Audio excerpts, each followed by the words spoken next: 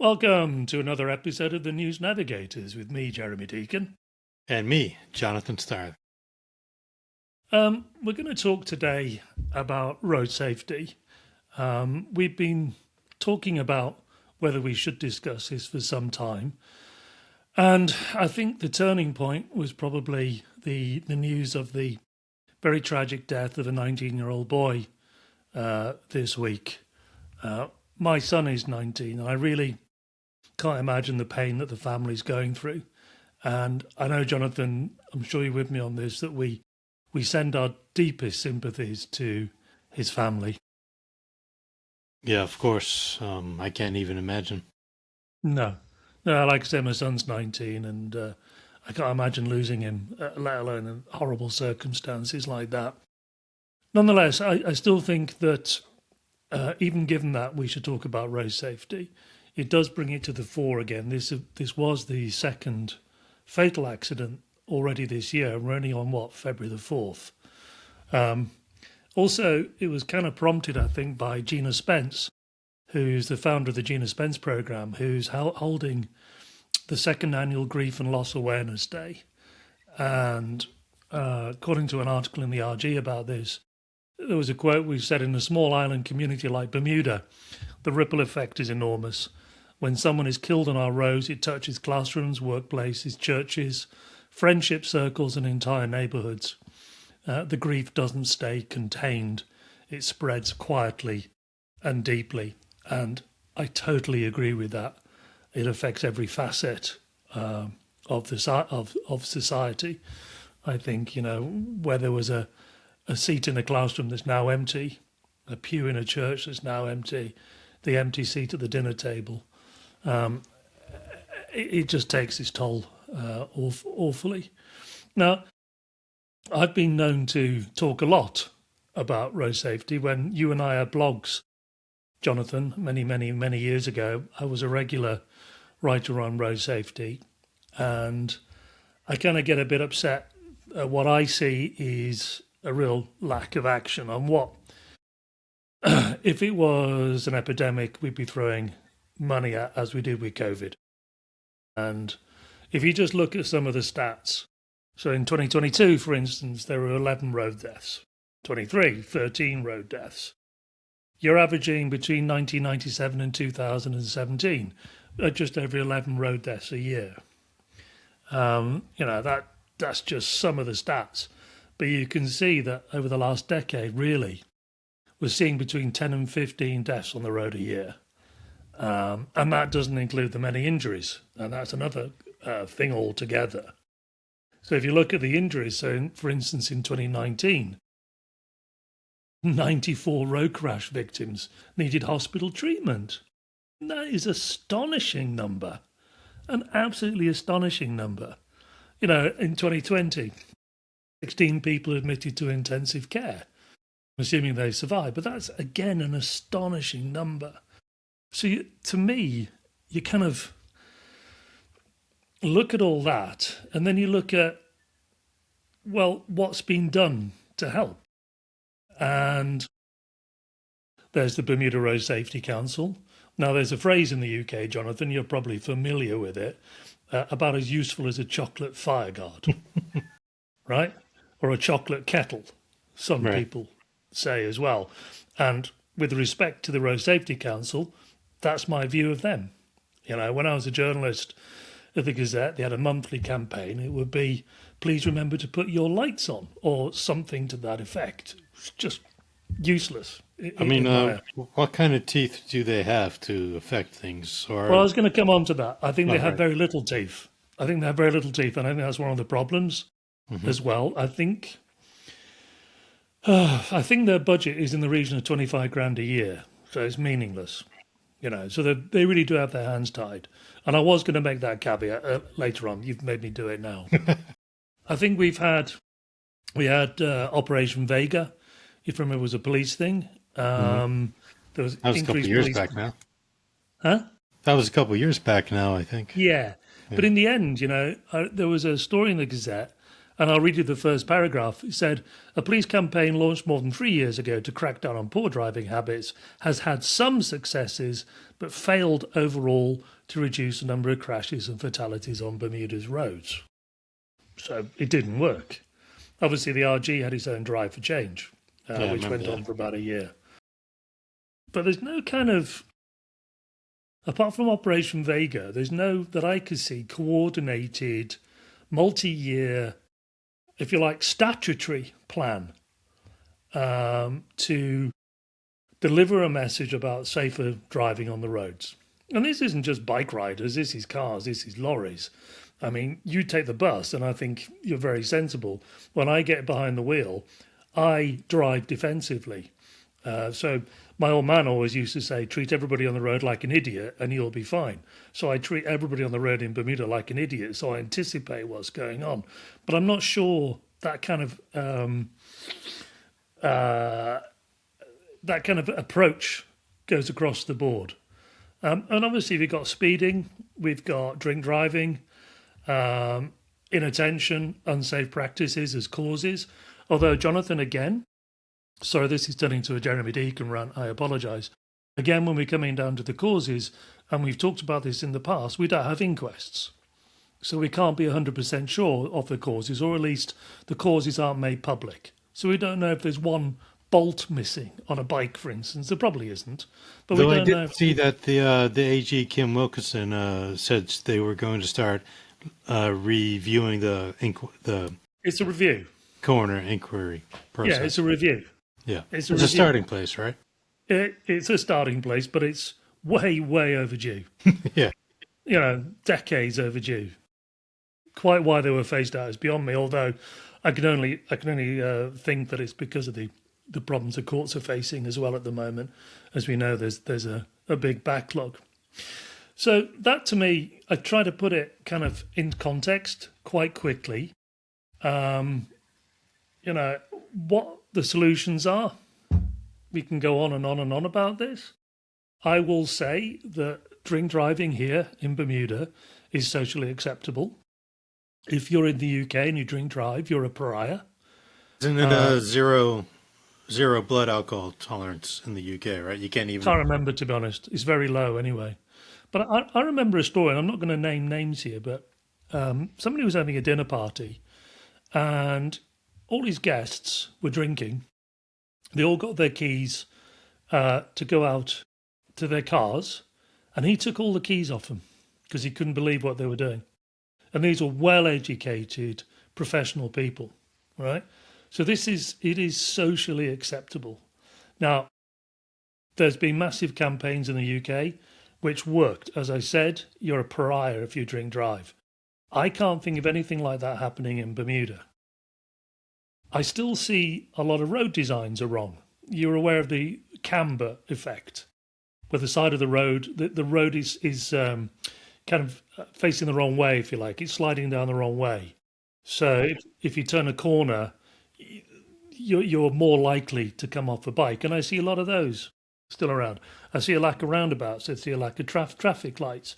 I look at Tree Street and Middle Road. The junction there is notorious accident black spot. And what we've got there is one tiny sign on the wall that says accident black spot. There is nothing else to actually help the driver avoid a crash. Or there's nothing stopping the driver avoiding the crash. You know, I drove home in the dark down Harbour Road and I saw a lot of lights out. I see proper road markings missing, often in the middle of the road. There are no cat's eyes. There are no roadside markings. And then we have community resignation to it. We're immune to it. And I will say, and I have spoken to a senior police officer about this in the past, the police don't respect the speed limit. They don't respect the law. A lot of them, not all of them, obviously. It goes without saying, and I'm talking about the law in terms of speeding. I'll tell you a story, Jonathan, that I was driving down Kinley Field Road. Police car overtook me, right? I slowed down to 50 and kph. He overtook me, so he's breaking the law. I happened to follow him, right? Just so it happened that our routes went the same way. He pulled over to the supermarket to go and do his shopping. But I saw him overtaking me when I was, doing 50, the unofficial speed limit. So I thought, well, how on earth can I respect the law when those enforcing the law don't respect it? And there are so many things that are wrong that absolutely need addressing. Well, I Rant feel, over. I'll give you two. I'll give you 2 minutes. no, I feel there's a lot to unpack there. I mean, as you said, I tend to use the bus mostly. I just personally I can't. It's not economical or ethical for me as a single person to have a car. Um, in terms of the carbon footprint and the actual cost of the vehicle, even for a bike. I live on a main bus route, so it's fine. But even Mm, on the bus, I mean, just the other day I was on the bus, the number 10 or 11, going along North Shore, and just after Jennings Land in hmm. Smiths, there's that kind of Yeah, this very bendy an part of the aspect. road. Yeah, yeah, And this guy on a motorbike zipped right through us, overtook the bus, even though there was oncoming traffic. The bus had to hit the brake, and of course, everyone was all like whiplashed a yeah. little. So, I mean, yeah, I mean, I've been on the bus when there's been a crash as a result of that, and it's traumatic for the bus driver and for the passengers. Well, this is it, isn't it? This is one of the issues that it's not just the people themselves; it's the trauma that uh, other people have Yeah, from it. and And that's not necessarily hit. That's not necessarily a hospital thing. It might be a hidden thing where they go home, or they take days off work because of the trauma. yeah, I mean, amongst my friends group, we do go out and have drinks occasionally. I will say my friends, or at least they seem to they have these little breathalyzers. I think you can buy them in Right? Phoenix. And after drinking, they all test their breath to see who's got an acceptable blood alcohol limit to drive. And if we don't have if anyone is too high, they don't drive. If everyone is too high to drive, then we just go for a walk around the neighborhood until their blood levels are down. But I recognize not everyone is that responsible. That's probably I've actually got an issue with those. Actually, go on. there was a lot of discussion in the UK when they first came around. I remember it, and there was a feeling that okay, it sounds great on the face of it, and I'm not criticizing your friends. I'm sure they're extremely responsible, but a lot of people will say, "Oh, I'm just below the limit. I'll have another one." Right. And there was a Usually lot of there's discussion around that in the UK. yeah, it's whoever's got the lowest level is the one that drives.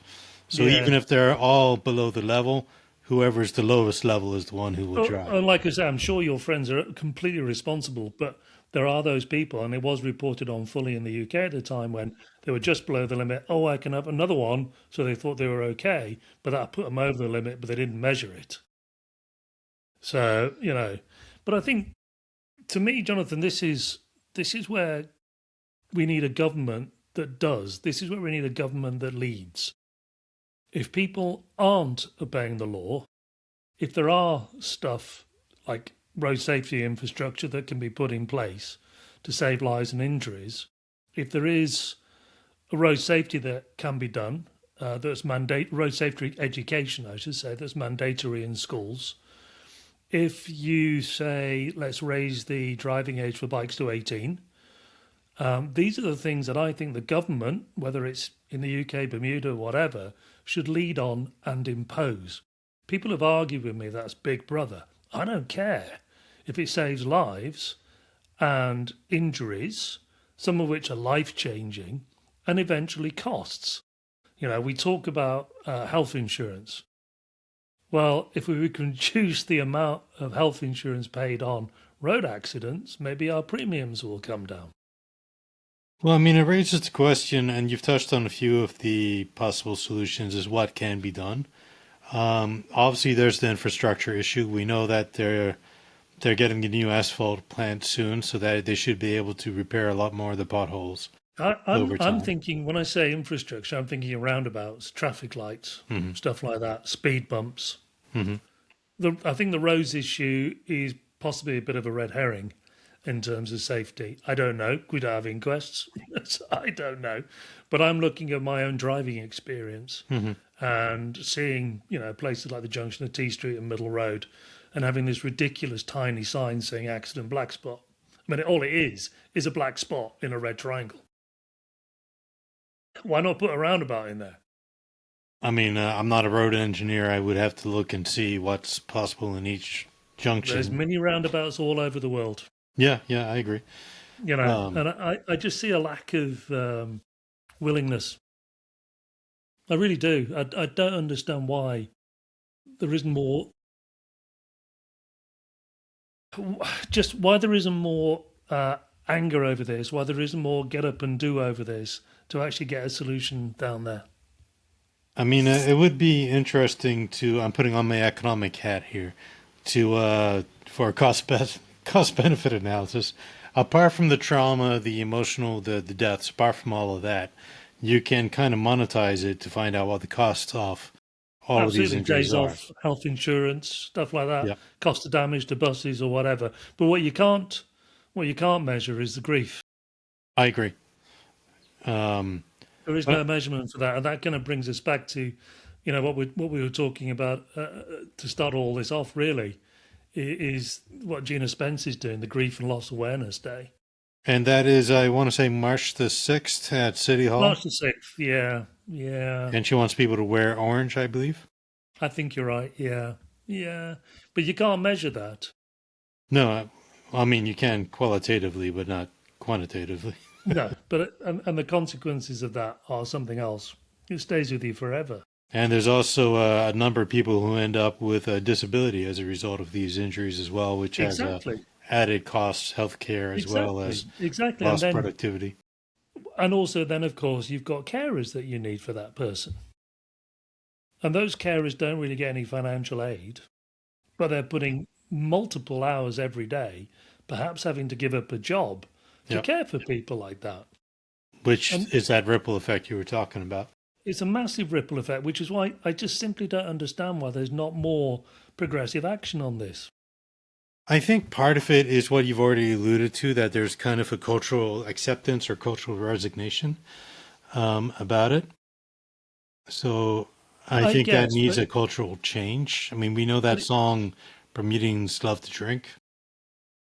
It's a nice song, uh, but you can see how that reinforces this cultural attitude, right? I totally agree, but I go back to what I said before, that there was a massive campaign in the UK which successfully made drink drivers a pariah. You can change people's mindsets. But One thing, I remember it now, and I hate to mention it, to be honest, because it involved that disgusting sexual predator, Jimmy Savile, oh, right. and at the time when he was a national hero and everything. And I remember it to this day, the Clunk Click campaign. And it was like, I think the theme of it was that like something like 50% of accidents happen with 200 yards of getting home. Don't forget to clunk click to put your seatbelt on. I remember it, and we don't have that kind of campaign. Obviously, it's different now because you've got social media and stuff like that, but I don't see that kind of thing happening. We did have something similar in the '90s when they changed the rules so that we had to wear seatbelts. So we did do a massive campaign on that. Now it's kind of everyone just puts their seatbelt on. So it did work on that way. But okay, good point. But what about things like using your cell phone? That's illegal. Where's the campaign to stop that? I see, when I'm driving in Bermuda, I see people doing it all over the place. I've seen police officers doing it. That goes back to my point, Jonathan. How can people expect to respect the law if those enforcing the law don't respect it? I did speak to a senior police officer a couple of years ago about it, and he just was pulling his hair out over this. He said, "Look, you've got to go out on the road. You're the ambassadors on the road. You've got to respect the law." Doesn't happen. And again, that's a cultural thing, but you can change that. One thing that was good, which I believe is no longer operating, or maybe it only operates in the summer, but I think it was called the Drunk Bus, and it Yeah, operated from town and one went east, one went west. It didn't go like directly to your house, but it went along the main road and close enough to wherever you needed to go that you could yeah. walk. because you know the buses they stop running at quarter to midnight, and if you're still in the Yeah. pub drinking, and Yep. how are you going to get home if you can't? I mean, getting a taxi is a whole other issue. That's a whole other podcast. I was about to go there. Yeah. Yeah. But then your choice is to sleep somewhere on the street, walk several miles in the dark, or get on your bike, which are all not great options. So it would be Or good if you there were go out more with your bus yeah. operations. Or you go out with your friends and have a delegated driver. Yep, designated driver. Designated driver. Sorry, not delegated. Same thing. But again, that's a cultural thing, isn't it? It's an education thing. You I know, think I went out with my mates, and one of us was a designated driver, but it had been drummed into us that you don't drink and drive. I'm showing my age here, but when I turned 18 and well 16 to get a bike, I we just had to pass a multiple choice thing at TCD. I always remember the question is, what do you do when you're overtaking a horse? You know, do you beep? Do you beep? Do you slap the horse on his butt? Do you drive slowly? You know, it was those kind of questions. Then you had to show that you could drive between these cones, kind of thing, Yeah, and that was about it. I mean, there yeah. is now things like I want to say it's called Project Ride, Well, but they're Project not Ride is mandatory. fine. Project Ride is fine. My daughter went on it. The disadvantage, which has been corrected, but I don't think has started yet, was it was never on the roads. It was in TCD car park. But I think they've amended that, and I can't quite understand why it's only just happened that kids are being taught on the roads now. Why? Why just now? There's no explanation to me as why it's taken so long to do that. When I was living in Scotland, I saw how they were training people to ride motorbikes there. I don't think it's mandatory, but they had this. They had the instructor. He had a helmet, and the helmet's got a two-way radio communication in it with Right. the the learners, the students following behind. And I did see that operating once in Bermuda. I don't know how common it is, but I Mhm. believe there was a charity that did that. Right. But none of it is going to be mandatory, of course. So maybe there's the need for more mandatory Yes, driving training. I think in absolutely. America in school, don't they teach you how to drive a car? There's like a I driving honestly, class or something I honestly don't know, but it should be mandatory, yeah, to go on the roads. for I mean, like you know, motorbikes and stuff. for We also motorbikes, I mean, have, although we have a lower population, we still have the same amount, if not more, vehicles operating on the roads, which is yeah, interesting as well. yeah, absolutely, absolutely. And driving habits all over have got worse. It seems the police have said that as well since COVID. They'd noticed a decrease in driving habits getting worse I and wonder why worse. I that don't know is. Do you why think that people is. just didn't get a lot of practice when they were during the pandemic or I something? don't know. Don't know. Pent up frustration. I don't know. Seems to have carried on.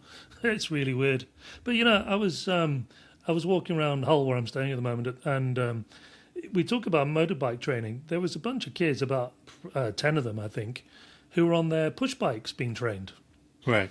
on the road. You know, it starts that early. Now, I think I remember Misha Fubler, I think, tweeted once that one of the reasons you have a problem is that kids don't get on their push bikes in Bermuda. And I responded straight away. I said, there's no way I'd ever put my kids out on a push bike on the roads in Bermuda. But the point being, they were being trained very early in life about recognizing hand I think you're signals, frozen there, traffic Jeremy. signals.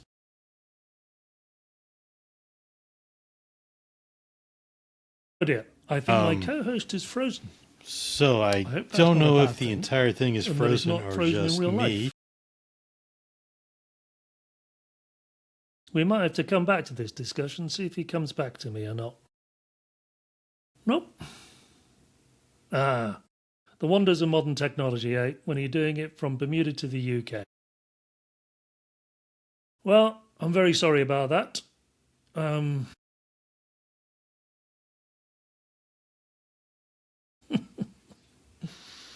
Technology. Don't you just love it? Oh, he's back. Hello, Jonathan. Are you back? Good, yeah. I thought you were the one that were frozen at first, so I was Oh, well, we talking both to froze. Stall until you reconnected. But it turns out it was me that was frozen. Sorry, listeners, viewers, technology. You were talking about push bikes, and you're right. You don't see a lot of kids on push bikes anymore. In my neighborhood is pretty big, and there's a lot of speed bumps, so I do still see kids on push bikes, but it's very infrequently. A lot of them Yeah. are on the electric bikes, and they kind of joyride and do the puppy wheelies along the stretch Well, right by my house. that's an interesting one, Jonathan, as well. There's a lot of those electric bikes, and I see them. They go almost as quick or as quick as ordinary bikes, and I probably need to bring some legislation in for that fairly soon. Yeah. I think. Anyway, I mean, I would love to know. We would love to know your thoughts on road safety.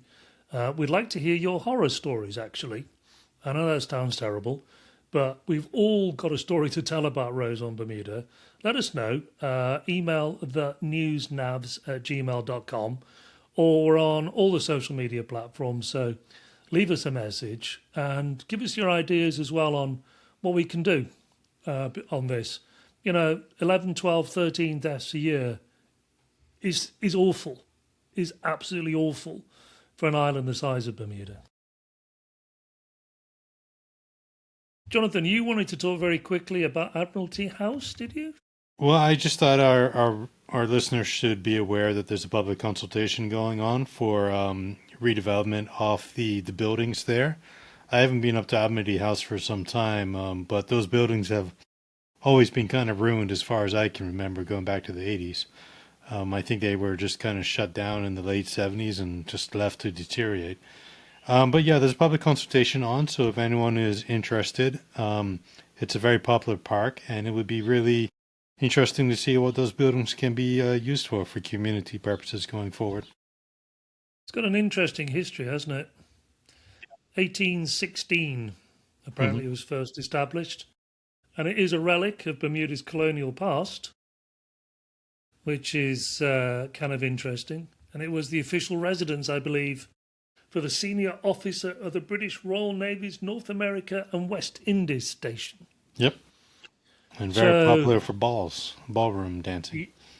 very popular indeed. And a lot of significant stuff down there. The Dundonald Tunnel Hmm. connecting to Clarence Cove and all these kind of things, which are really, really interesting. And it's a fantastic park. Never mind a fascinating building.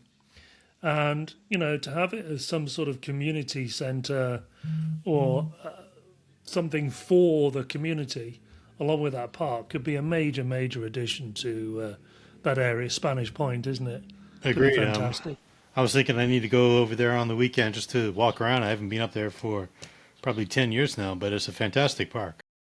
I haven't been up there since the kids were quite little. We used to go to the harbour down there and Great walk out on swimming, the yeah. spit and jump in, and it was fantastic. It was a really, really nice place to go. Very sheltered, very safe, really good fun. So if you could do something on there, it'd be great. Do you know, Jonathan? I'm going to put you on the spot here. Do you know where people can respond to Oh, that? I did have it. I don't have. Give me a second to find it. I have it written down somewhere. I want Is to it just say it's at gov.bm? forum.gov.bm, and the public consultation is open until end of day February 13th. Okay, there we go. Have your say. It's a really, really nice, important part of Bermuda, I'd have said, despite its colonial past. I just want to say that if you want to learn more about the event that Gina Spence is organising, you can email info@gspcharity.com. It is on March the 6th from 12 p.m. to 2 p.m. on the City Hall steps. And you're right, Jonathan, people have been asked to wear orange. Please Right. attend. And I guess the other big news, just to prepare for, it's not really out yet, is we have budget coming up around February the 20th. Is We do the indeed. budget debate? So that's something we'll be keeping an eye on. And around that same time, the Joint Select Committee, the parliamentary committee that was set up to review the ransom attack, the cyber attack on Bermuda a couple years ago now, they Yeah. said that they are looking to table their report on that cyber attack, either just before or just after the budget debate. So I think we're certainly going to be looking forward to reading over that report and trying to give a review of it for our Can listeners. I just clarify, Jonathan? Are they Mhm. tabling it, or are they going to give it to the Speaker of the House? Lawrence Scott, who is the chair of the Joint Select Committee, he was saying that they are going to provide it to the Speaker of the House around that time, and I believe he said it would be laid before Parliament. I need to go back and look at the exact wording, but the to lay it before Parliament would mean it would be made public at that point. Although, of So I course, just certain confidential aspects might not be made public. you know this kind of thing better than me, and I wondered if giving it to the Speaker automatically meant that it would be tabled for the public in the House of Assembly. I would say it does not mean it automatically is tabled, but I seem to recall him saying that it would be laid before Parliament. I'm just going to Mm. the article now to see if I can find No, I think you're right. the I'm just wording. intrigued because he did say, because we interviewed him obviously last year about this, if you remember, and he did say at the time he gave us an update on his work and he was going into all the details of what happened and why it happened, the ransom, etc., etc. Now these are all details that the government has steadfastly refused to make public, Yeah, and and I I can see the rationale for that until they've done the investigation itself. And it is possible. I would need to check my Robert's Rules of Orders, but it is possible to do a closed session in Parliament. I think if they feel that the information to be discussed is not for okay, public consumption type thing. right, You yeah, know, yeah, and yeah. I only mean that in the case if they reveal information in it that cyber hackers might be able to exploit going forward. I mean, the Joint Select Committee made a point to say that they've actually been doing this kind of old school using typewriters and Yes, handwritten documents just to avoid hackers having access to the I agree. information. It would be quite interesting that, if it was revealed how much government did pay, if they paid for a ransomware. I can't imagine that being made public because it would encourage others to say, "Well, we'll ask for that as well. You gave it to them." Exactly, which is why I do think some of the report will definitely be in the public domain, but I expect that certain aspects will be under like a national security embargo kind It of has thing. to be, which is Yeah. why I wondered the process, whether the speaker would say, "Can't table all this. We're going to have to redact it or have a closed session of the House or whatever," before it was actually tabled in the House. Yeah, I mean, my interpretation is that some form of the report will be made publicly available, Yeah, but yeah. Lawrence to Scott what told us level, it I would don't be know. made available, but he didn't actually say how much. And I'm really intrigued, given the secrecy around it all. Some necessary, some you might argue not so necessary. We will see. It'll be an interesting news day, that one. We might have to do a on the spot podcast. Looking forward to it until we get We'll hacked definitely ourselves. definitely Ourselves. do it for the budget. Yeah. Definitely that'll be good fun. We did that last year, didn't we? Which is good fun. Hmm. Okay. Well, on that note, Jonathan, I am. What time is it? It is 20 to 7 Hmm. UK. It is time for my supper. All right. Well, pleasant appetite, listeners. Look forward to seeing you next time. All I can say is thank goodness for M&S food. Pleasant Take appetite. care. See ya. Bye.